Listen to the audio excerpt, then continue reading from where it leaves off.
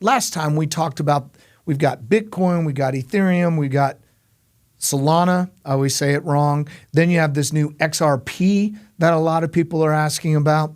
Let's talk about how are they the same and how are they a little bit different? Well, let's do Bitcoin. Bitcoin is a store of value. Think of it as internet cash.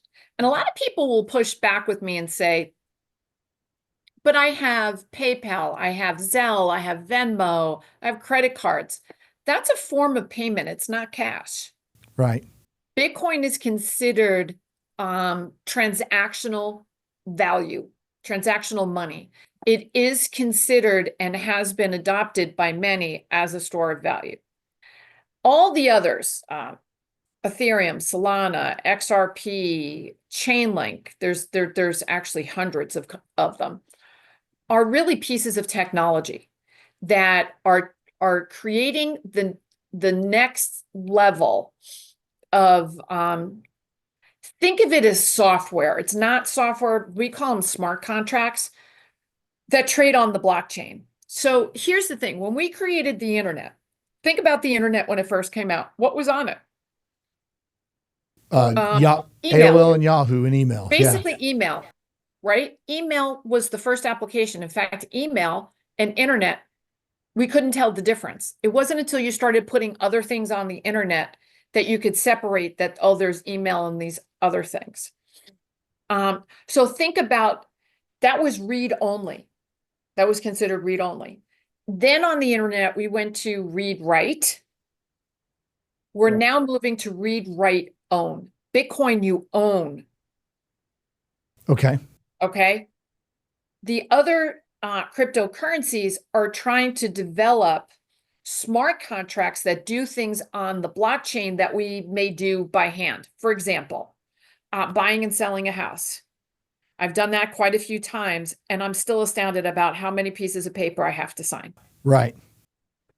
I was divorced. There were a lot of pieces of paper I had to sign, or at least initial, right? We're going to move all of that on the blockchain.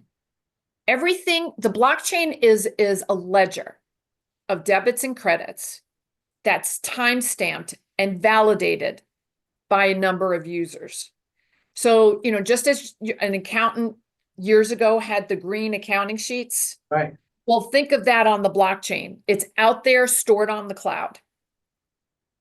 And crypto is trading on the blockchain. And if we're moving everything to the blockchain, we need different services and processes to be processed on the blockchain than how we're processing it now. Okay. So how does, if you say that, and I may be completely wrong, so correct me here, Ethereum and Solana are different technologies that can be applied other places. When people own those in the crypto world, where's the value? Well, the value is who's going to be the winners and the losers, just like the internet, because their token, you can buy and sell their token. And if their technology gets adopted, their token price will go up. So if we were to equate this to your example of of buying a house, purchasing a home, people are going to want that information that is inside of that blockchain, right? And so owning that, people are going to desire to want to get access to that information or have it, and that's where the value is? Well, part of the value is that it's going to be more seamless, easier and seamless, and it's all stored. I mean, if somebody said, can you go get your mortgage papers? Right. How quickly can you get them? Well, I'd have to call my wife and ask them where they were. Well, if it's on the blockchain and you know where the address on the blockchain is, you can just go online real quick and go pull them up. Right. It's easy access. So how does Ethereum or Solana or any of these others have value right now? What are people trading in them? So, they're tokens, and you can kind of think of them as securities, like stocks, right? Okay. But they're not stocks. They're called tokens. The theory is if their technology gets adopted, the value of the token will go up because that their business models being adopted. So most programmers started building on Ethereum, and Ethereum became very popular. But this is open to the whole world, right? So you have people doing this not just in the United States but around the world. Well, company Solana was created to compete with Ethereum, and they created a program that was cheaper and faster. So now there's competition. Now there's a lot built on Ethereum, but what if people say, okay, I'm not going to do Ethereum anymore. I'm going to build on Solana. What's going to happen to the token price of Ethereum? It's going to drop. Okay. What's going to happen to the token price of Solana? Right. Depends on where we go. XRP was battled in legal with the SEC. That they had some legal stuff that's now been removed. But XRP is trying to build a financial platform to easily move money around the world. I believe, if I remember correctly, that's what they're trying to do. So if you want to wire money, let's say to the UK, friendly country, we've been doing business with them for hundreds of years. How many days does it take for that bank to get that wire across? 2. At least. It would be faster for you to put that money in a suitcase, get on a plane, and fly there. You can do that in a day. Bank needs 2 days. On the blockchain, it happens instantaneously. Okay. Everything is faster, more efficient, and stored and validated. So in effect, this is where I think the confusion comes in, is when you say crypto, everyone says that next word, currencies. And there's only one currency. In my view, it shouldn't even be called a currency. It's not a currency. Well, there's only one, right? That you said that would potentially be the currency, and that'd be Bitcoin. Bitcoin is the only currency. The others are forms of technology, and we should be just calling them tokens. And they are called tokens, but they're really not currency. I think that's kind of blurred and confused a lot of people. They're not currencies. These are companies, real companies. XRP, Google them. They're a company. They have a CEO. And they're creating a technology. So in effect, they're securities, just like what you said. I believe they're securities, but they never went to the SEC to go public. They created this whole crypto space, bypassed the SEC, and launched securities that people could buy and sell. So should people even be thinking about investing in them? Because, well, I guess the answer to that's going to be yes. It's not going away. This is not going away. Listen, governments have tried to stop this from happening. They have tried to shut down Bitcoin. Our own government tried to do it. China's tried to do it, and it's still here. If governments can't shut this down, it ain't getting shut down. The most powerful country in the world could not shut down crypto. That's the United States. Right. China, which one can argue one of the most controlling countries in the world, could not shut it down. So crypto is here. And again, it's the next evolution of the internet. We started off with read only. We did read write. Now we're going to do read write own on the internet. So XRP is trying to create that platform where you can just move money around the world. You don't need a bank anymore. And so that read write own, you actually, it's almost like owning a share of a publicly traded company, and people want that. Very similar. It's the same. In my opinion, it's the same concept. But they're not regulated by the SEC. They're not under certain accounting regulations, right? That's probably going to change over time with this new administration. You're going to probably see more oversight, more regulation come in. Which will mean that it'll be that should give people more confidence in there. Correct. But, FTX that went under. And people say, well, it went under and that there was fraud because it wasn't regulated. Well, there have been companies that have been regulated that still did fraud. Look at Enron. Right. Yeah. Very familiar with that here in Houston. Sure. Okay. So just because something's regulated doesn't mean something can't go bad. Right. um, it's just early. This is like 1997, 1998, how we kept taking all these companies public, and they had all these new technologies. And how many of those companies survived? A handful. Right. Think of it as exactly the same. But more and more people are, especially with this current administration saying they want to build a reserve, they're most interested in that. Exactly. I think if Trump does build a reserve, I think it's transformative and a major signal that the world is going digital. This is, again, at the end of the day, it's like Occam's razor. Dial it down to the simplest explanation. The world is digital. So how do I explain that? Well, if we were born in the 1500s, what was your technology?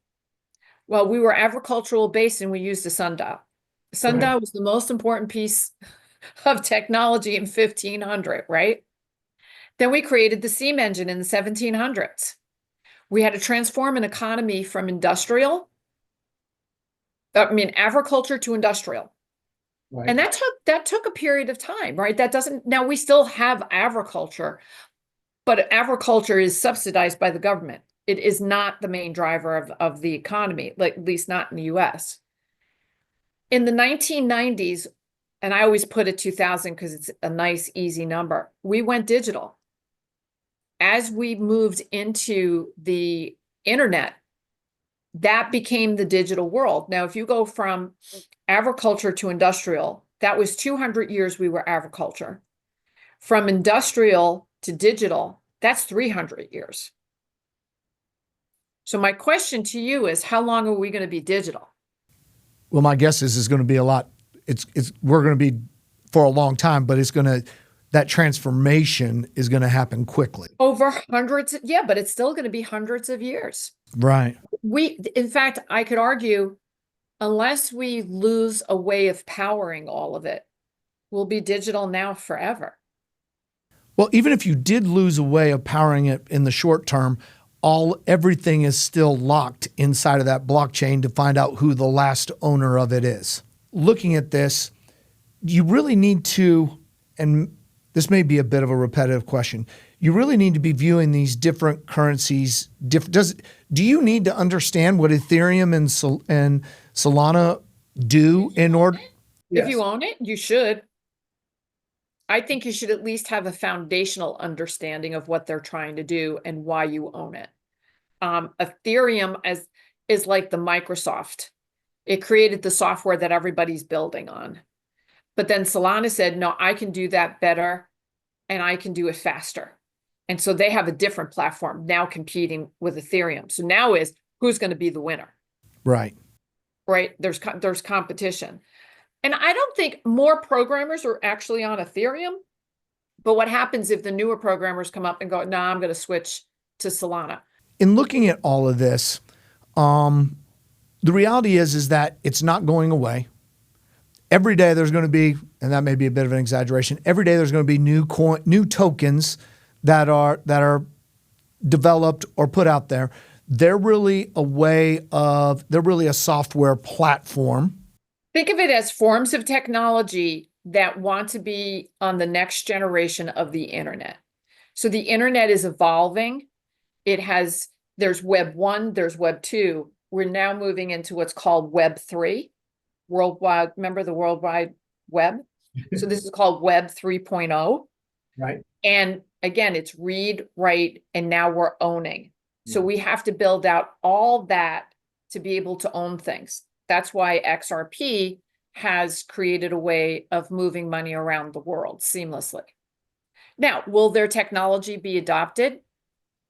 No one knows the answer to these. Just like we didn't know the answers in 1999 of 2000, who were going to be the winners and losers. But over time, we know it's Microsoft. We know Apple. You had Cisco, Oracle. And so what we know, IBM is still here. Big Blue is still here. And as we think about this, the one that right now looks like it has staying and lasting power for right now because of its classification as a currency is Bitcoin. All of the others are like looking at Microsoft, Intel, Cisco, IBM, right? Exactly. And that's the way that you should view them. And the reality is that like 1998, just because it was a tech stock or its name had .com in it, doesn't mean that it's going to last. Correct. So this is probably the most risk we've seen since the .com period in terms of who's going to be the winners and the losers. And they don't trade on an exchange, not the exchanges where securities trade. What the new regulation will be over time, I don't know. But I know the industry's been asking for regulation. And as I said, Brian Moynihan, the CEO of Bank of America, was asked at Davos, would Bank of America ever, be in crypto? And he said, well, if the regulators allow it. Right. So, and my personal opinion is we're moving in that direction. And I find that it's more of the baby boomer generation that's resistant to this. And listen, all of us had grandma and grandpa that didn't like something when we were growing up. Right. Right? There was always grandma and grandpa like, what is that? I mean, my mom in a computer, that was, she used a typewriter. She had no concept what a computer was. So it's generation. This is really generational, where the young generation understands technology and willing to accept technology because they've been doing it since they're basically born, it feels like. Right. Where there's a whole baby boomers didn't grow up with technology. So they're more skeptical. I mean, I still struggle using my cell phone. My kids take it from me. Mom, you're moving too slow. And I never like getting a new phone because everything's all changed. Well, and kids don't call when you take a picture. They don't say, let's take a picture. They say, let's take a photo. Why is that? Because that icon says photos. There you go. And I mean, their world is their phone and technology. So I think this is all generational. I think the train has left the station. It's in motion and will pick up motion, I think, with this new administration. Awesome. Marianne, all I got to say is thank you very much. Tons and tons of my head's about ready to explode. So much stuff there. As I said, it's a whole new language. Right. And I think the more people hear it, the more people are around it, the more that's in their face, if you will, the more likely the adoption and the speed of adoption is going to increase, even for the older generations. Correct. Awesome. I believe that to be the case. Awesome. Well, thank you very much. I appreciate it, and we hope to have you back here before too long again. And to everyone, thank you for joining us this week on Wealth Strategies Unleashed. We'll see you next week.